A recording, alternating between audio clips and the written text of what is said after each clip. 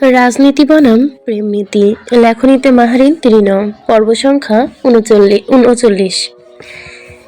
বিমর্ষ একটা রাতের সমাপ্তি ঘটে। পরদিন ভোরের আলো স্ফুটফুটিত হতে না হতে কর্মক্ষেত্র হতে বাসায় ফেরে সান্নিধ্য গমগমে আওয়াজে গাড়ি চাকা ঘষে গ্যারেজে। পরনের পাঞ্জাবির হাতা গুটিয়ে নিজস্ব সব জিনিস নিয়ে বের হতে উদ্যত হয় সে। নির্ঘুম রাতের ক্লান্তি চোখে মুখে ছেয়ে আছে অস্পষ্টভাবে। লাজুক কপালে সূক্ষ্ম ভাঁজ। মুখরেখা দেখে অনুমান করা যাচ্ছে খুব একটা ভালো মেজাজে নেই সে। অন্যদিকে উপরতলায় নিজ কক্ষের বেলকনি হতে স্বামীর আগমনের দৃশ্য চোখে পড়তে নাজুক নমনী নিজেকে ঝালিয়ে নেয় আরো একবার। আজ মুখরেখায় এই দুদিনের চেয়ে বেশিটা স্বাভাবিক।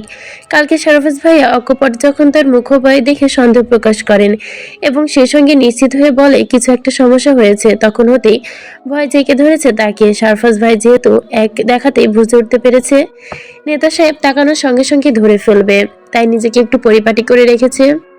কাল রাতে মনের ভেতর অসহ্য ব্যথা জমলেও নিজেকে অনেকটা ঝুলিয়ে শুলিয়ে ক্ষান্ত রেখেছে শেহরিন। চোখে বারবার ঘোলাটে হয়ে আসলো।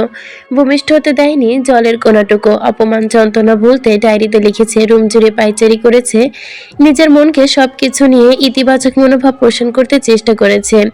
পানি ঝাপটা দিয়ে চোখ খুচরা শীতল করে, তারপর ঘুম ঘুম চোখের পাতা বন্ধ করার জন্য আগেই ঠোঁটের কোণে মলিন হাসি ফুটিয়ে তোলে। শেহরিন, তুমি সত্যি ধৈর্যশীল একটা মেয়ে।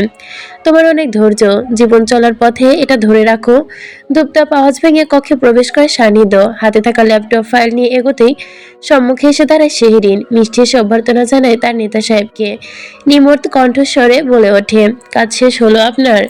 সান্নিধ্য হাতে থাকা জিনিস সাদি নিয়ে নিজে দাঁড়িয়ে পড়ে। শেরিনের চোখের দিকে একদৃষ্টে কৃচিৎকাল তাকিয়ে থেকে ঠান্ডা গলায় জিজ্ঞেস করে, কেমন আছো তুমি? একজনকে ভীষণ মিস করে যতটুকু ভালো থাকা যায়। ঘুম হয়েছে রাতে? হ্যাঁ, হবে না কেন? কোনো সমস্যা হয়নি তো? কি সমস্যা হবে? আপনার মুখে কি সমস্যা ছাড়া কোনো কথা নেই নেতা সাহেব। আমাকে দেখে কি মনে হচ্ছে আমি খারাপ ছিলাম বলুন তো? সানিদ ল্যাপটপ ফাইল তার পেছনে থাকা চেক অফ ড্রয়ারের ওপর রেখে দিয়ে হেলান দিয়ে দাঁড়ায়। দুহাত বুকের সাথে ভাঁজ করে রেখে বরফ শীতল কণ্ঠে বলে, কাজল দিয়েছ চোখে? হ্যাঁ, কাজল দিয়েছ চোখে?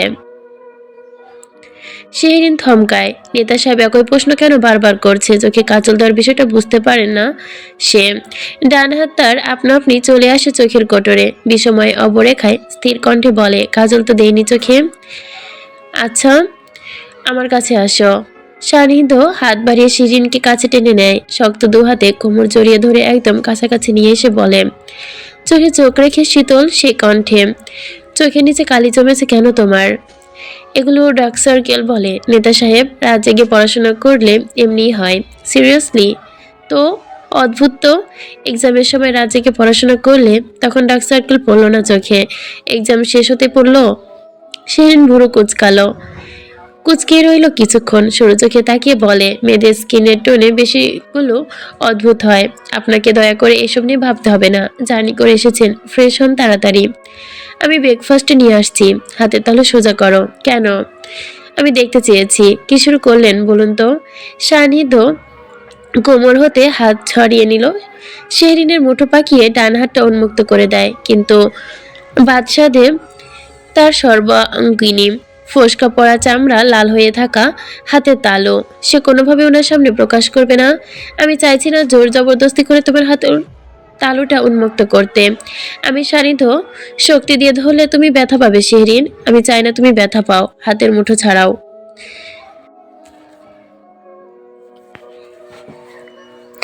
কেন এমন করছেন? আমি কিন্তু সত্যিবার রেগে যাচ্ছি। তুমি কি চাও আমি রেগে যাই? চাই না জন্যই তো দেখাতে চাচ্ছি না। তুমি দেখাও, আমি কিছু বলবো না। প্রমিস? প্রমিস? হ্যাঁ। শেহরিন সান্নিধ্যের আশ্বাস বাণীতে মুখ পাঠানো হাতটা ধীরে ধীরে খুলে ফেলে। নেতা সাহেবের সম্মুখে উন্মুক্ত করে ভয়ার্ত চোখে। ফসকাতে তালুতে বিবর্ণ হয়ে ওঠা জায়গাটা ফুলে উঠেছে। জ্বলন্ত সিগারেট সেই ক্ষত বিক্ষত আঙ্গুলের নিচেই পড়া ফোসকাটা আরো জায়গায় চামড়া যেন ঝলসে গেছে। চামড়া লাল হতে হতে পুরো হাতটার তালুটাই যেন নষ্ট হয়ে গিয়েছে। স্বাভাবিক চামড়া নেই। সান্নিধ্য চুপচাপ শক্ত দৃষ্টিতে তাকিয়ে থেকে ক্ষত পড়া হাতখানা আলতো হাতে স্পর্শ করে ছুঁয়ে দিতে শেহরিন ব্যথায় মুখ ফুটে অস্ফুটভাবে একটু আওয়াজ বের করে। ফোসকা স্থানটা এখনো কাঁচা রয়েছে। এই কদিনে আমার ওপর দিয়ে অনেক প্রেশার গিয়েছে কাজের। নির্ধারিত কিছু ডেট ছিল, সেগুলো পাস করার। তোমার সাথে আমার দেখা হয়েছে গভীর রাতে, বেশ ভাগ সময় পেয়েছি ঘুমের, নয়তো ঘুম জড়ানো চোখে। সকালে দেখা হতো না হতেই আমাকে আবারও বের হতে হয়েছে কাজে।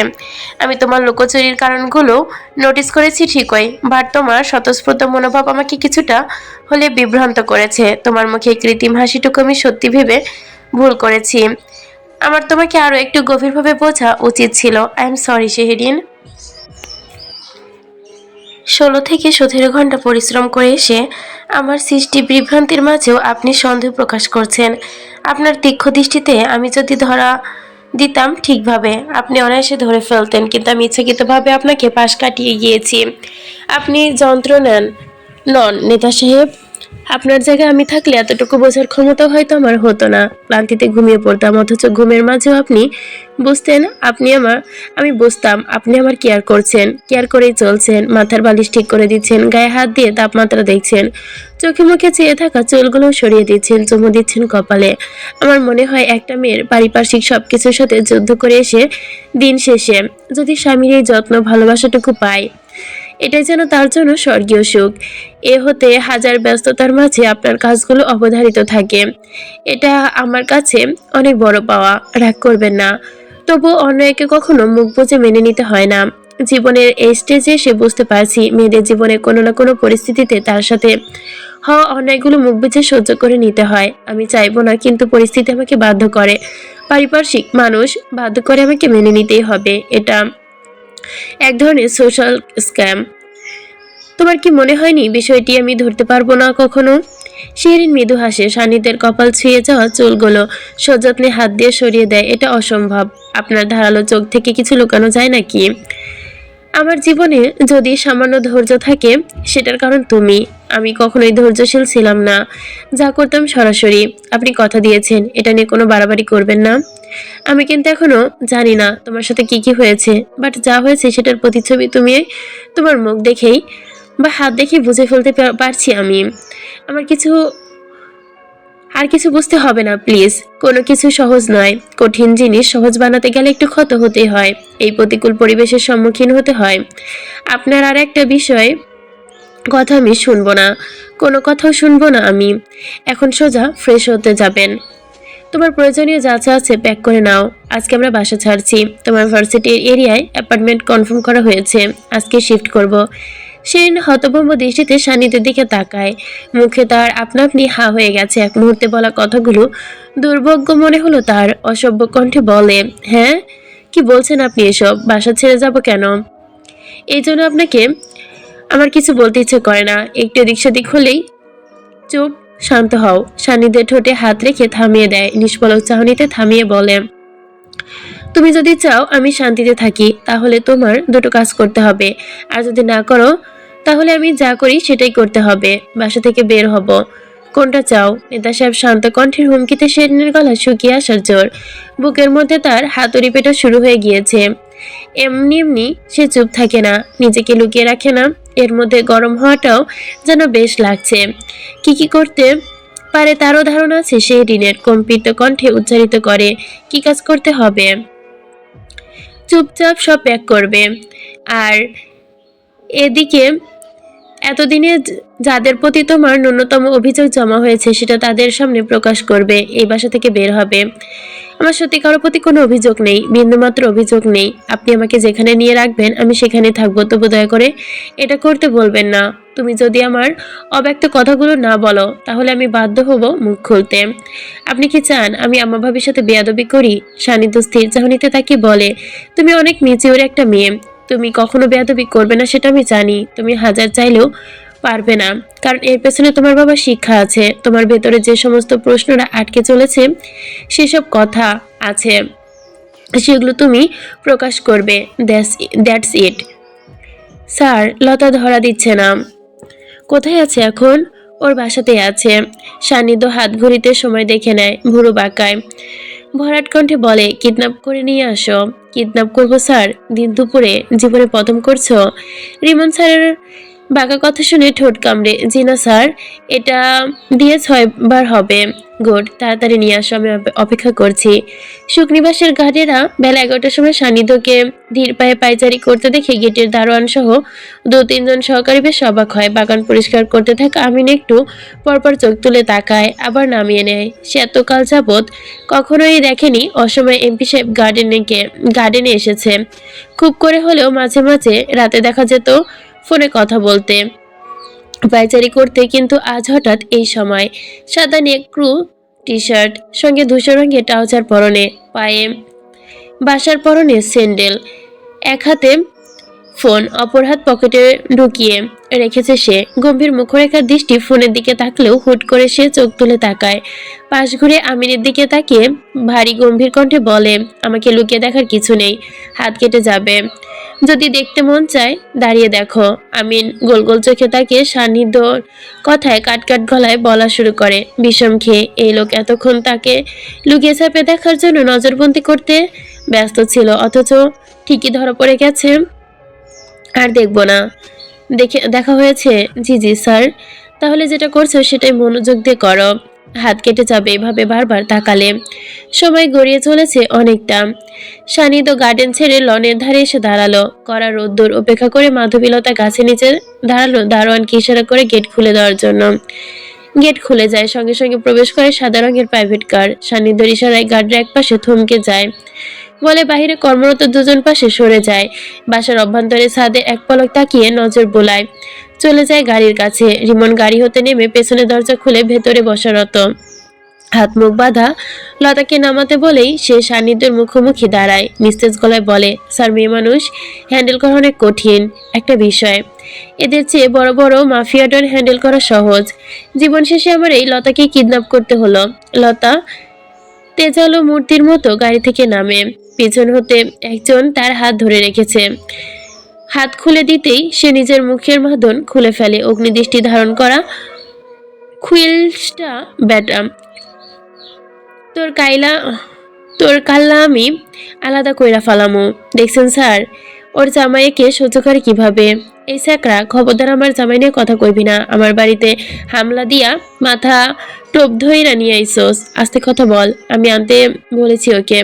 লতা নিজেকে ধাতস্থ করে, তেজস্বী ভাব বিদ্যমান রেখে বলে, আমি আর কাজ করবো না। সান্নিধ্য ভাই, আপনি গো বাসায় কেন?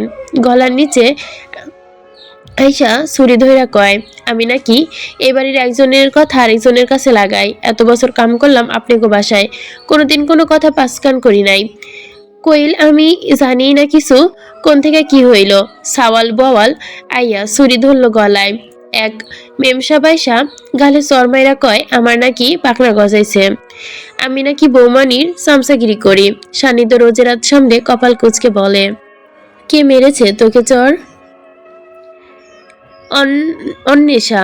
অন্বেষা, তুই কিছু বললি না? আমি চর খাইলাম চুপচাপ, তোর হাত ছিল না। মারলামনি ভাই, আসলে ছুরি দিয়ে ডরাইছি। একা থাকলে চুলের মুঠি ধইরা ডেনের পানির মধ্যে চুবাইতাম। লতারে তো চেনে না, এই জন্য বাসায় কাজ করবি না। লতা শাড়িরা চলে হাতে সাথে পেঁচাতে পেঁচাতে বলে, কর্ম এমনি রাগ কইরা কইছি, হুদাই হুদাই জ্বর খাইলাম, গাইলো খাইলাম। বিশ্বাস করেন, আমি কারো কথা কাউরে কই নাই। লুকাইছিলি কেন? আমি ডরাইছিলাম, ভাবছি কালকায় লোকজন আর ওই অন্বেষা ডাইনি আবার আইছে। এই ছোকরা আমার বাড়িতে হামলা দিছিল। সান্নিধ্য আশপাশ তাকাতে সবাই চলে যেতে বলে। রিমন লতার দিকে কপাল কুঁচকে তাকাতেই নিঃশ্বাস ফেলে কিছুটা ধাতস্থ করে। এতদিন এই বাসায় যা যা হয়েছে সব বলবে এখন, একটা লাইনও যেন বাদ না যায়। লতার গলা শুকনো ঢোক গিলল, ভয়ার্ত স্বরে তাকিয়ে বলে, আপনার মাথায় আর তার ছেঁড়া সান্নিধ্য ভাই লন্ডভন্ড কইরা ফালাইতেছে। ফালাইবেননি সব কিছু, ওরা জানলে আমারে কুরবানি কইরা দিব। ছুরি নিয়ে এমনি ঘুরতেছে। সান্নিধ্য নিজের মাথার তার ছেঁড়া কথাটি শুনে চুপচাপ হজম করে নেয়। এই প্রথম মুখের ওপর কেউ তাকে সরাসরি বলল কথাটা। এই অবধি আশপাশ হতে শুরু করে শুধু শুনেই এসেছে। আমাকে দেখে ভয় পাস তুই? জম্মের মতো, বলতে শুরু কর তাহলে। বেলা গড়াতে একে একে উপরতলা থেকে ব্যাগপত্র সহ লাগেজ নেমে আসে। দুজন সহযোগী এগিয়ে এসে এগুলো একে একে গাড়িতে তুলতে ব্যস্ত হয়। ড্রয়িং রুমে স্থির মধ্যে সোফায় বসে আছেন বাড়ির সদস্যগণ। মিসেস নাজনীন এখনো বুঝে উঠতে পারছেন না কি হয়ে চলেছে। হঠাৎ কি এমন হলো যে ছেলে তার বাড়ি ছাড়ার সিদ্ধান্ত নিয়েছে? আপনি কি দয়া করে বলবেন বাসায় কি হচ্ছে? শাহজাহান সাহেব পায়ের ওপর পা তুলে চা খেতে খেতে গম্ভীর কণ্ঠে জবাব দেয়, সেটা তুমি আর তোমার ছেলে ভালো জানো। হেয়ালি করছেন কেন? বাসায় নিত্য নতুন সার্কাস চলছে নাকি? এগুলো না চললে কি নয়? ছেলের বিদায়টাকে তুমি সার্কাস মনে করছো? কথা পেঁচাবেন না, অসহ্য লাগছে আমার সবকিছু। সংসারে অলক্ষী ঢুকেছে, আর অলক্ষী ঢুকলে যা হয় তাই হচ্ছে। মিসেস নাজনীন একা একা রাগে গজগজ করলেন। তিথিও সাহস পায় না কিছু বলতে। চুপচাপ সে শাশুড়ি মায়ের এক পাশে দাঁড়িয়ে আছে। কালকে শারাফাজের বলা কথাগুলো একদম স্তব্ধ করে দিয়েছে তাকে। বুকের মধ্যে বেঁধেছে অজানা ভয়ের দানা। ঘুরপাক ভাবতেও পারেনি শারাফাজ ডিভোর্স পর্যন্ত কথা তুলবে। এত বড় কথা বলতে পারলো সে। তবে কেউ একজন নিশ্চিত, শারাফাজের কান পড়া দিয়েছে হয় শেহরিন নয়তো লতা। লতাকে তো তাও অম্বেশাকে দিয়ে থেট দিয়েছে, কিন্তু শেহরিন, তার দিকে তো এখনো চোখ তুলে তাকানো দায়। তাকে সুরক্ষা দিতে একদম সবাই উঠে পড়ে লেগেছে। কিন্তু হঠাৎ বাসা ছাড়ার ব্যাপারটা তিথির বোধগম্য হচ্ছে না। কি কারণে বাসা ছাড়ছে? নতুন কোনো চাল চালবে নাকি? সে দুটো লাগেজ নিয়ে সান্নিধ্য নেমে আসে, নিয়ে সিঁড়ি ভেঙে উঠতে চায়। পেছন থেকে শেহরিন কচুরি ফুল রঙা থ্রি পিস মাথায় ওড়না টেনে ধীর পায়ে স্বামীর পিছু পিছু এসে হাঁটা ধরেছে। হৃদযন্ত্রের কিয়া যেন দ্রুত বেগে ছুটে চলেছে বুকের ভেতর। নেতা সাহেব প্রথম কথা সে রেখেছে, চুপচাপ বিনা বাক্যে সব লাগেজপত্র গুছিয়ে নিয়েছে। এবার দ্বিতীয় কথা রাখার পালা। আর এখানেই দম ফুরিয়ে আসে তার। মনের মধ্যে অজস্র কথা, কিন্তু সেগুলো সে কখনো চায়নি প্রকাশ করতে। কোন দিন সে সাহসও পাবে না, আজ কিভাবে করবে? শেষ দুটো লাগেজ নিয়ে সান্নিধ্য নেমে আসে নিচের সিঁড়ি ভেঙে। পেছনে তার শেহরিন কচিরঙ্গা ছাপার থ্রি পিসটা এখনো তার মাথায় দেওয়া। স্বামীর পিছু হেঁটে আসছে। হৃদযন্ত্রের কিয়া এখনো বলে দিচ্ছে আজ কি করবে সে। কোনদিনও সাহস করেনি, কিন্তু সেগুলো সে কখনো চায়নি প্রকাশ করতে। মনের অজস্র কথা, কিন্তু আজ যেন সেগুলো দ্বিতীয়বারের জন্য প্রকাশ হয়ে যাচ্ছে। সান্নিধ্য সেনের আগমন দেখে বাসার সবাই বসা থেকে উঠে দাঁড়ালো। বসা ছেড়ে উঠে দাঁড়ায়। চাচিও এসেছে। সান্নিধ্য বাড়ি ছাড়ার কথা শুনে হঠাৎ কি কারণে এমন কঠিন সিদ্ধান্ত ঠেওয়ার করতে পারে না দুজনেই। প্রশ্নরেখা মুখে তাকিয়ে এমপি সাহেবের দিকে। সান্নিধ্য সব কি পাগলামি শুরু করেছো? অশান্তি সৃষ্টি না করলে কি তুমি ক্ষান্ত হতে পারো না? শান্তি প্রতিষ্ঠা করার জন্যই চলে যাচ্ছি। সেন বুঝি এখানে পোষাচ্ছে না? তোমাকে ভুলিয়ে ভালিয়ে বাড়ি ছাড়া করছে? মিসেস নাজনীনের কথায় সান্নিধ্য কোনো প্রত্যুত্তর করে না। শাহজাহান সাহেবের দিকে তাকিয়ে নিরেট স্বরে বলে, ভাইয়া কি বের হয়েছে? একটু আগেই তোমার অ্যাপার্টমেন্টের উদ্দেশ্যে বের হয়েছে। কোনো কাজ আছে নাকি? হ্যাঁ, সিকিউরিটি সিস্টেম নিয়ে একটু কাজ আছে। সান্নিধ্য হাত ঘড়িতে সময় দেখে নেয়। পেছনে দাঁড়ানো শেরিনের দিকে তাকিয়ে বলে, সামনে আসো। শেরিন দু হাত মুচড়ে ভয়ার্ত দৃষ্টিতে তাকিয়ে সান্নিধ্যর দিকে। তার চোখের ভাষায় একরাশ ভয়, সংখ্যা আর জড়তার প্রতিচ্ছবি ভেসে ওঠে। সেখান থেকে স্পষ্ট প্রতীয়মান হয়, আমি পারবো না, একটু দয়া করুন নেতা সাহেব, ছেড়ে দিন। সান্নিধ্য শেরিনের চোখের ভাষা বুঝে না। পুরুষালী ভারী কণ্ঠে উন্মুক্ত করে ফের বলে, সামনে আসো, সময় নষ্ট করো না, বের হতে হবে। শেরিন নিস্তেজ মুখরেখায় স্বর্ণপনের সামনে এসে দাঁড়ায়। বুকের মধ্যে এত জোরে জোরে টিপ টিপ আওয়াজ শুরু হয় যে বাইর হতে তা অনুধাবন করতে পারছে। শাশুড়ি মায়ের সামনে চোখ তুলে তাকানোর অবকাশ পায় না সে। মাথা তুলে কথা বলবে শেহরিন? মিসেস নাজনীন সহ সবাই একে অপরের সাথে মুখ চাওয়াচাওয়ি করে। সান্নিধ্য শেরিনের ভাবভঙ্গি তাদের মাথার ওপর দিয়ে চলে যায়। কি বলবে, কি বলতে চায়? মাথা তুলে কথা না বলতে পারলে দরকার নেই।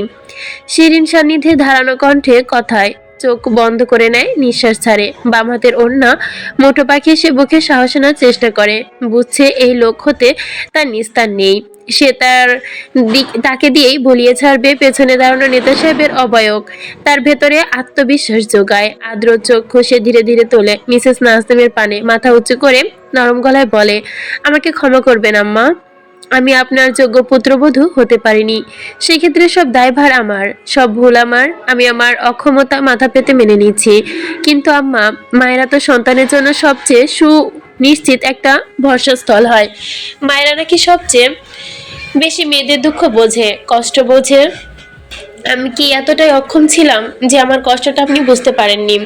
আমাকে একটু আপন করে নিতে পারেননি? আমি কি খুব বেশি আশা করেছিলাম? আমার মা নেই, আমি আপনাকে আপন ভেবে নিয়েছিলাম। আমার মায়ের অভাব ঘুচাবো ভেবেছিলাম আপনাকে দিয়ে, কিন্তু দুর্ভাগ্যবশত আমার কপালে সেটা ছিল না। আপনার কঠিন কথাগুলো বয়ে নিয়ে যাওয়ার মতো ভার শক্তি আমার নেই আম্মা। আমি এখানে এসবের জন্য খুবই দুর্বল। আমি সত্যি আর সহ্য করতে পারছি না নিজেকে বারবার ভেঙে ঘোরে, তবুও আপনার মতামতে মন মতো হতে পারছি না। আমি সত্যি আমার সামর্থ্য অনুযায়ী চেষ্টা করেছি, কিন্তু পারিনি। আপনার আফসোস, হতাশাগুলো দেখে আমি নিজের প্রতি ধিক্কার জন্মিয়েছি। অন্যের সঙ্গে নিজের তুলনায় ভীষণ কষ্ট হচ্ছে আমার। সবচেয়ে বেশি সবকিছু মিলে আমি ক্লান্ত হয়ে পড়েছি। কখনো কোনোদিন যদি আমাকে যোগ্য মনে হয়, ফিরে আসতে পারি আপনাদের কাছে। প্লিজ ফিরিয়ে দিবেন না। আপনি তো মা। আমার বিশ্বাস আপনি একদিন নিশ্চিত মেয়ের অপারগতা, মেয়ের কষ্টটুকু বুঝবেন। শেরিনের গলা স্বর ভারী হয়ে আসে, চোখ দিয়ে গড়িয়ে পড়ে অবলীলায় অশ্রু। ওনা দিয়ে মুছে নেয় তা। শাহজাহান সাহেব চাচা শ্বশুর চাচি শাশুড়ি হতে বিদায় নেয়। মিসেস নীলুফা অবিশ্বাস্য দৃষ্টিতে বড় জায়ের দিকে তাকিয়ে বলে, মেয়েটার কথাতে এসে আবেগপ্রণ হয়ে ওঠে, চোখে নির্দ্বিধায় জমে ওঠে জল। মেয়ের মাথায় হাত দিয়ে ভেজা কণ্ঠে বলে, সুখী হও মা তুমি। সান্নিধ্যর ভেতরে কোনো পরিবর্তন দেখা যায় না। নির্বিকার চিত্তে সে দাঁড়িয়ে আছে এখনো, মুখরেখায় বেশ শান্ত। শেহরিন তার কাছে এসে দাঁড়ায়, শীতল কণ্ঠস্বরে বলে, তিথিভাবির সঙ্গে কথা শেষ করো। প্লিজ মাফ করুন। মাফ করছি না। আমার আর কিছু দরকার নেই আর আছে বলার। তিথি নড়ে চড়ে ওঠে, সান্নিধ্য চোখ তুলে তাকাতে ভয় করছে। কণ্ঠস্বর স্বাভাবিক থাকলেও চোখ দুটো তার ধারালো হয়ে আছে। এটা সে জানে। কি বলবে তাকে? কোনো ভয় নেই, আমি আছি। তোমার ভেতরে যা আছে সেটাই প্রকাশ করো। শিরিন ফের দম টেনে নেয়। নেতা সাহেবের কথা চোখের দৃষ্টি ভেতরের অনুনয়ন জগায়। কানের কাছে বেজে ওঠে তিথি ভাবি সেদিনের কথা। গায়ে কি তোমার ফোসকা পড়ে গিয়েছিল? এই একটা কথা তাকে প্রবলভাবে আঘাত করলো। আর এই মুহূর্তে সে কথা ফিরে দিবে। ভয় পাবে না সে। নেতা সাহেব রয়েছে যে তার পাশে। সেদিন তিথির সম্মুখে সে দাঁড়ায়। ভেতরে কম্পিত সুরটুকু উপেক্ষা করে সে বহু কষ্টে ক্ষীণ সহযোগে স্পষ্ট গলায় বলে, ভালো থাকবেন ভাবি। আপনাদেরকে ভালো রাখতে পারিনি, আপনাকে ভালো থাকার সুযোগ করে দিয়ে যাচ্ছি। এতদিন আপনাকে অনেক কষ্টে রেখেছি। শুরুর দিন হতেই বুঝতে পেরেছিলাম আমার উপস্থিতিতে আপনার পছন্দ নয়। আপনি কেন আমার অপছন্দ করেন তা আমি জানি না। কেন আমার প্রতি আপনার এত আক্রোশ, তার কারণ আমার জানা নেই। তবে জানার খুব ইচ্ছে। হয়তো আমার কোনো ভুল থাকতে পারে সেইখানে। একটা সময় পর নিশ্চিত জানতে পারবো। তখন নিজেকে শুধরে নিব। আমার ভুলটা আসলে কি। যদি আমি আগে জানতে পারতাম, হয়তো অনেক আগে শুধরতে পারতাম। কিন্তু যেহেতু জানি না, শুধরতে পারছি না।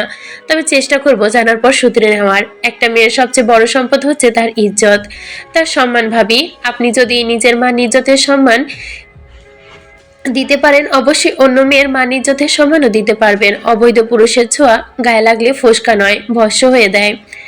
আমার ক্ষেত্রে অন্তত তাই মনে হয়। হয়তো আমি অপছন্দনীয় ব্যক্তির জন্য আপনার কাছে স্বাভাবিক লাগতেই পারে, কিন্তু আমার কাছে সেটা অনেক খারাপ লেগেছে। আমার জায়গায় আপনি নিজেকে কিংবা আপনার ছোট বোন অনিকাকে কল্পনা করে একটু দেখবেন। আশা করি আমার অবস্থাটা বুঝতে পারবেন। আমি সত্যি চাইনি উনার এমন পরিস্থিতি হোক, তবে তার এমন নিকৃষ্ট রূপ প্রকাশ করার আগে ভাবা উচিত ছিল যে সে কারো স্ত্রীকে অসম্মান করছে। আমার আপনার প্রতি বিন্দুমাত্র হিংসা কিংবা অসম্মান বোধ নেই, আর থাকবেই বা কেন? আমি আপনার প্রতিপক্ষ নই ভাইয়া তাসিন। আপনার ভালোটা ডিজার্ভ করে। অন্যের ক্ষতি তাড়নায় নিজের ক্ষতি ডেকে আনবেন না প্লিজ। এই সংসারটা যেরকম আপনার সেরকম আমারও অধিকার, কিন্তু সমান সমান। কিন্তু আমি স্বইচ্ছায় আজকে জায়গা ছেড়ে দিয়ে চলে যাচ্ছি, শুধুমাত্র আপনাদের মন মতো হতে পারিনি এই কারণে। ইনশাল্লাহ একদিন আমি আবার এই সংসারে ফিরবো। ততদিন পর্যন্ত আপনাদের বিবেক মনুষ্যত্ববোধ, পরকে আপন করে নেওয়ার মানসিকতা সৃষ্টি হোক, এটাই প্রার্থনা করি সৃষ্টিকর্তার কাছে। আল্লাহ আপনাদের সুবুদ্ধি দান করুক। ভালো থাকুন আপনি। শেহরিন থামে, ভেতর ভেতরে সে হাঁপিয়ে ওঠে। তার মনের মধ্যে জমানো এই কথাগুলো উগরে দিয়ে ক্ষান্ত হয় সে। নিজের ওপর তার আত্মবিশ্বাসী ভাব সৃষ্টি হয়। এই কথাগুলো তার আদৌ মনের মতো ছিল কিনা জানা নেই, তবে তিথির মুখের দিকে তাকিয়ে কথাগুলো তার আপনা আপনি বের হয়ে গিয়েছে। সান্নিধ্য সন্তুষ্টিতে তাকায় শেহরিনের পানে, সবাইকে স্তব্ধ করে দিয়ে অগ্রসর হয় বাসা থেকে বের হওয়ার পথে। তবে বিদায়ের এ যাত্রায় দেখা হয় প্রিয় দুটি মানুষের সঙ্গে, সানজি এবং তাসিন। সানজি এখনো পঞ্চগড় হতে আসেনি, দেখা হয়নি। সানজি এখনো পঞ্চগড় থেকে আসেনি, তানিসার কাছে হতে হাওয়া বদল মন বদলের চেষ্টায় আছে। অন্যদিকে তাসিন আছে স্কুলে। দুটো মানুষ যখন সুখনিবাসে, তাদের অতি আদরের মুখ দুটো দেখতে পাবে না। জানা নেই কেমন প্রতিক্রিয়া করবে। মিসেস নাজনিম এবং তিথি একই জায়গায় স্থির হয়ে দাঁড়িয়ে রইলেন। সান্নিধ্য মায়ের হতে বিদায় নিতে এসেও আর নিল না, আসেও না তার কোনো প্রত্যুত্তর। নির্বিকার নিরুত্তর চিত্তে শক্ত মুখরেখায় চোখের পাতা ফেলল, যেন সে ভুলে যায়। দুটো গাড়ি ইতিমধ্যে অ্যাপার্টমেন্টে পৌঁছে গিয়েছে। কিছু নিবে না করে অনেক কিছু নিতে হয়েছে। গ্যারেজ হতে গাড়ি বের করতে মুখোমুখি এসে থমকে যায় একটা গাড়ি। সান্নিধ্য তৎক্ষণাৎ গাড়ি থামিয়ে গ্লাস নামিয়ে তাকায়, সেই সাথে সেন বিষগ্ন হয়ে পিছু ফিরে তাকায়। গাড়ি হতে নেমে আসে অম্বেষা, হাতে তার কালকের মতো আজকেও খাবারের ব্যাগ। নিশ্চিত দুপুরের জন্য খাবার নিয়ে এসেছে। শেহরিন অঙ্গার মুখে শক্ত হয়ে যায়। এই মেয়ে হচ্ছে সমস্ত নষ্টের মূল। এই মেয়ের উপস্থিতির কারণে আজ তাদের এই পরিস্থিতি। হাই শেহরিন। চোখে হতে সানগ্লাস খুলে অন্দরমহলে প্রবেশের পথে অম্বেষা থমকে দাঁড়ায়। সান্নিধ্যর দিকে এক নজর চেয়ে মুখে হাসি টেনে শেহরিনের পানি এগিয়ে আসে। কোথায় যাচ্ছ মনে হচ্ছে? শেহরিন নামো গাড়ি থেকে। সান্নিধ্য আবারও সেই ধারালো কণ্ঠস্বর সেন বিভ্রান্ত দৃষ্টিতে তাকায়। মনে হলো তার মধ্যে আবারও জেঁকে ধরেছে ভয়। এই লোক অম্বেষাকে এখন কি করবে? বলতে না কি না কি বলতে কি বলে ফেলে, কারণ অম্বেষার বলার মতো তো কিছু নেই। ভেতরের মানুষ প্রশ্রয় দিলে বাইরের মানুষ সুযোগ পেয়ে আঘাত করবেই। নামতে হবে কেন? নামো বলছি। সেই দ্বিধাগ্রস্ত মন নিয়ে গাড়ি থেকে নামে। অম্বেষার মুখোমুখি দাঁড়িয়ে সান্নিধ্য বের হয়ে এসে বলে, কালকে লতার সাথে তোমার কি হয়েছিল? লতার সাথে আমার কি হবে? ওকে মেরেছো কেন? সিরিয়াস? ভয় দেখিয়েছো? আশ্চর্য, এসব ছোটলোকি কথা আমার প্রশ্নবিদ্ধ করছো কেন? ওকে মেরে আমি আমার হাত নোংরা করবো নাকি? মেরেছো এটা তো সত্য, অকাম প্রকাশ করতে যাওয়ার ভয় নাকি? অম্বেষা তুরুরও হাসে, তার ছিল মাখা কণ্ঠে বলে, সরি। অম্বেষা এইসবে ভয় পায় না। আর মারলে সমস্যা বাকি, এসব কাজে লোকে দু চারটা চর থাপ্পড় এমনি পাওয়া ধরে নাও চামচাগিরির ফল। সান্নিধ্য দুহাত পকেটে ঢুকিয়ে সেনের দিকে তাকিয়ে বলে, কালকে লতাকে অম্বেষা চর মেরেছে। আমার মনে হয় তোমার ওকে কিছু করা উচিত।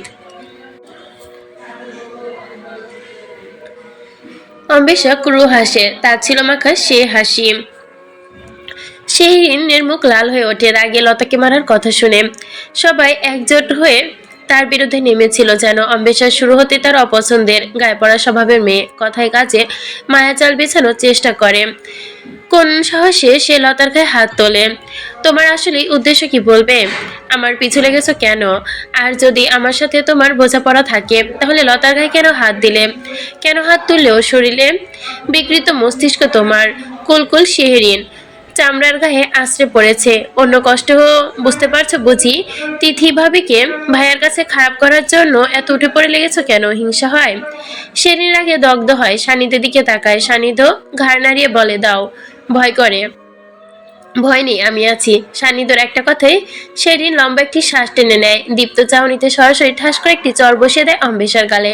অম্বেষার গালে হাত দিয়ে জোরদস্ত আস্তরণে পড়তে অম্বেষা হতবিম্ব হয়ে পড়ে। বিস্ফোরিত নেত্রে ছুটতে চায় শেহরিনের দিকে। How dear you! চুপচাপ, একদম চুপ, কোনো কথা বলবে না।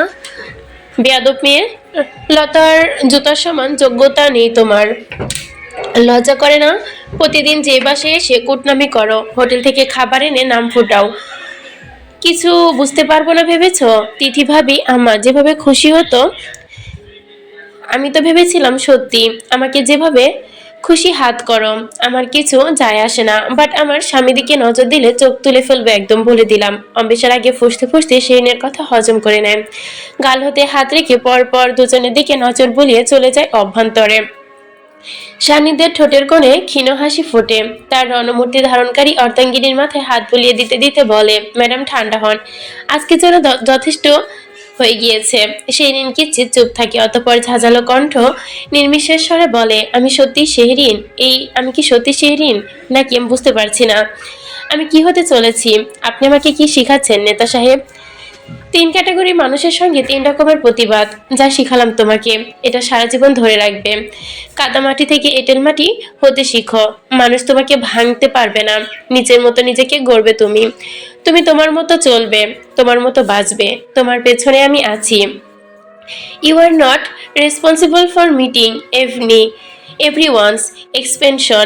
Let them be disappointed. Who care?